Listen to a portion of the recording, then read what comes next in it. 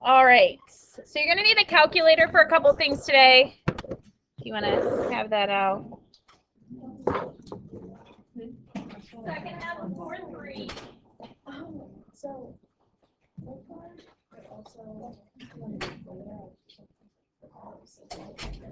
All right.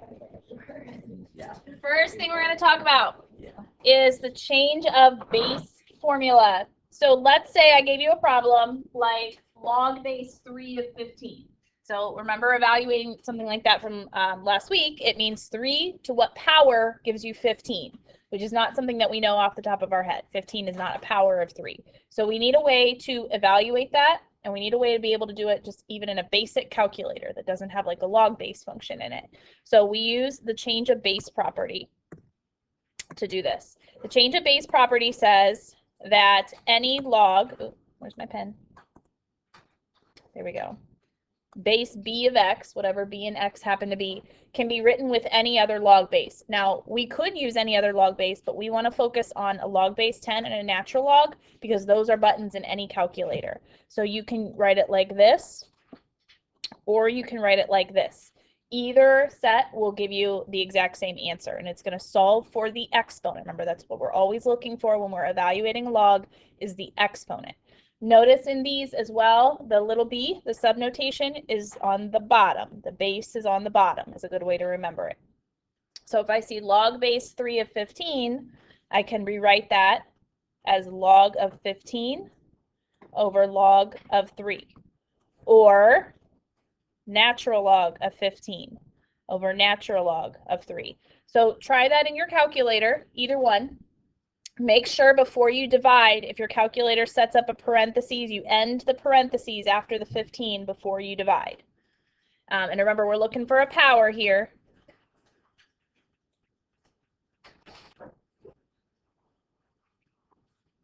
I know 3 squared is 9. I know 3 to the third is 27. So it's somewhere between 2 and 3. A power of 2 and a power of 3. 2 point something. What do we get? 2.46 approximately. Okay, and if you want to see if that answer is reasonable, you can do 3 to that power and see that it's approximately 15 is what it's giving you. Okay, so how could I rewrite log base 7 of 6? Close. Flip it. Log 6 over log 7, or natural log 6 over natural log 7, which gives you 0.92. It's got to be something smaller than 1 because 7 to a power to get 6. 6 is smaller than 7. All right, any questions? Change of base property? All right, so now you can evaluate any log, whether it's one that's simple powers like log base 3 of 9, where 3 to the second power gives you 9, you can do in your head, or weird ones like this. You can use a change of base property, or you can just use a change of base property all the time. So all of those ones that were meant to be done in your head and you were having a hard time figuring out, is it like a 4 or a 1/4, or should it be negative? You could just now use the change of base property if you want, because at least for both parts of your test, you'll have a basic calculator and this will work. All right, next thing we need to talk about is half-life formula that we're going to use. And there's actually 2 parts to the formula, this guy and this guy. Now, the one on the right, you'll recognize from before Thanksgiving break. We did that when we talked about all of like our compound interest formula problems. It kind of looks like the PERT formula, if you remember that. So that guy's not new. A sub 0 is your starting amount. K is your growth rate. Now we're talking about, when we talk about half-life, radioactive decay of elements. So because it's always decay, K will always be a negative number in these formulas. T is your time that's gone by, whatever it is. And then on the other side, we have a formula for H, where H is the half-life of the element. Half-life of an element, if you haven't done those in science before, is how long it takes for half of an element to remain when it decays. So let's say you start with like 1,000 grams of something. The time it takes to get to 500, half of that, is the half-life of the element. That formula also has a K in it. The K is the overlapping variable between the two. Depending on what you're given in the problem, you will either use the formula on the left first and then find K and plug it into the right side, or vice versa. You'll use the formula on the right, solve for K, and plug it into the left. So how I start these problems is I just plug everything I can into both equations and then see which one I can solve for K in. And that'll usually lead you then to the answer, okay? So we're going to try this one. It says, in an experiment, 100 grams of a radioactive element, strontium-90, decayed to 66 grams in 15 years. Find the half-life to the nearest year. All right, so I'm just going to write down both those formulas again. On the left, I have my half-life formula. On the right, I've got my exponential model. All right. 100 grams of the element is how much we start with. So what variable does that go in for?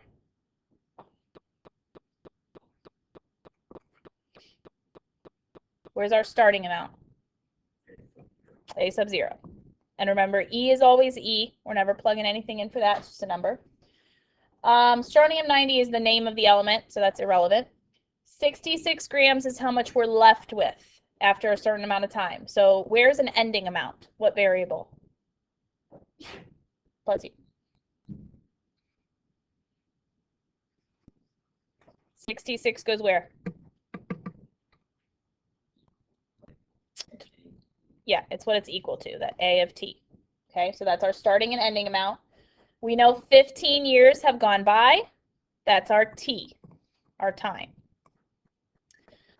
We don't know K, and this problem we are solving for H. So I can't plug anything into the left formula, which means I'm going to start my calculations, my simplifying with the one on the right. On the right, to solve for K, we did a problem like this before with the PERT formula. We're going to divide by 100 first, which gives me 0.66 equals e to the 15k power. What will cancel out a base of e? What is it? A natural log. So you can at this point take the natural log of both sides. On the left, natural log of 0.66, nothing I can do there. On the right, the natural log and the e will cancel, leaving me with 15k, and it's no longer in the exponent. Divide by 15, and you're going to get your rate of decay. And give it a few decimal places here. You don't want to round too much. So I'm going to get negative 0.0277 if I give it 4 decimal places.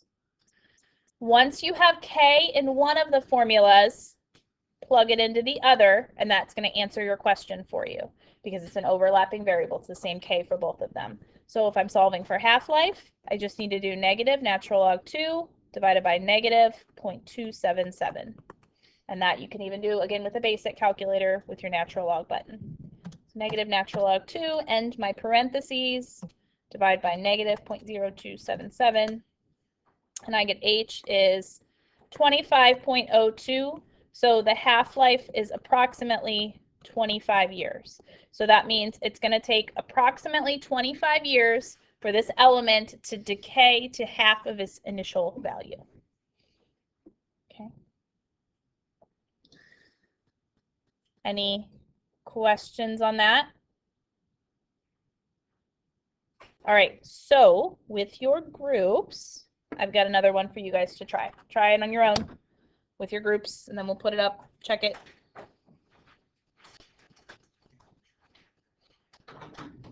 Fill in everything you can, know what those variables stand for, solve for K in one formula and plug it in the other. Yeah, you did. 56 is the correct answer. So you are given half-life in this problem. You were told that the half-life is 14 days. So that's your H. To solve for the half-life and multiplied by K to get it out of the denominator, or to solve for K, excuse me, and multiplied by K and to get out of the denominator, and then I divided by 14 so we get this K value. I plugged it in up here, and then you are solving for the initial amount. That's what we don't know here. Yes? 28 with 25 days. 28 with 25 days. Did I plug a number in wrong? Oh, I did. Why did I do that? Okay, wait, hold on. My left side's good though, right? Okay. Thank you. I don't know why I did that. Okay, so thank you. 25. 25? Better? All right, let's fix that. So then once I have that, e to that power can just be simplified in your calculator. You don't need a natural log because we're not trying to cancel out the e. We're just simplifying what's on the right side of that a sub 0. So let me type that in. E to the negative 0.0495. That's not e. Times 25, about 0.2901. And then you have to divide by that on both sides. 96.5. Does that sound better? Okay. All right, you all panicked for a minute. We're okay. Don't worry. All right. Does that make sense? Why we're plugging in places that are a little bit different here? That we know the half-life. We're solving for the initial value. Probably the most important thing here is just know what all those variables stand for. A sub 0 starting amount. A of t is an ending amount. H is a half-life, which is a time. You're also going to have just a general time that's gone by in the problem. All right, so that's all we're going to do with half-life. The last set of problems today has to do with estimating really large numbers. Now, why would we want to do this? Type in your calculator right now, even in your graphing calculator, e to the 700 power. And what does it say? Error, okay? So it doesn't mean it doesn't exist. It just means it's so large that our calculator can't even give us a scientific notation value for it. So we use logs to estimate very large numbers. The property here says that if we have some number k, that if the log of k falls between n and n plus 1, whatever those numbers are, then it has n plus 1 digits.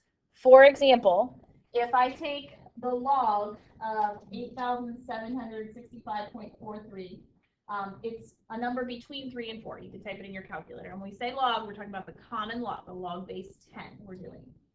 If it's a number between 3 and 4, you round up, it's a 4-digit number. So if we know, maybe we don't know the number, but we know the log of the number is like 57.3, we round up, and we know that that number, whatever it is, has 58 digits. Tells us how long it is. Once we know how many digits it is, we can take it one step further and then write it in scientific notation. So we're going to do it with the E number here, okay? The first thing we're going to do to figure out how many digits it has is we're going to take the log of both sides, and it must be a common log. All right, so I'm going to say log K equals log E to the 700. Okay. Now, when I introduce a log to the problem, it means we can now use those log properties from yesterday. One of the log properties from yesterday said if you had an exponent, where could you put it? Down in front of the log. So I'm going to do that on the right side. I'm going to say log K equals 700 log E. And moving it out of the exponent now creates a smaller number. It gives us something that we can type in your calculator. So go ahead and do that. Type that whole right side in your calculator now. 700 times log E.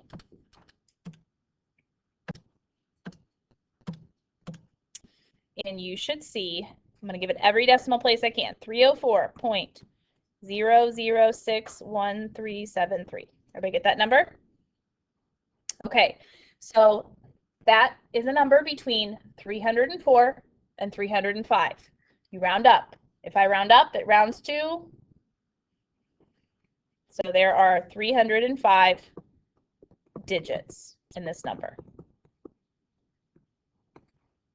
Okay, make sense? So we take the log of both sides, bring the exponent down, and that's going to tell us how many digits I have. You just have to remember to round up.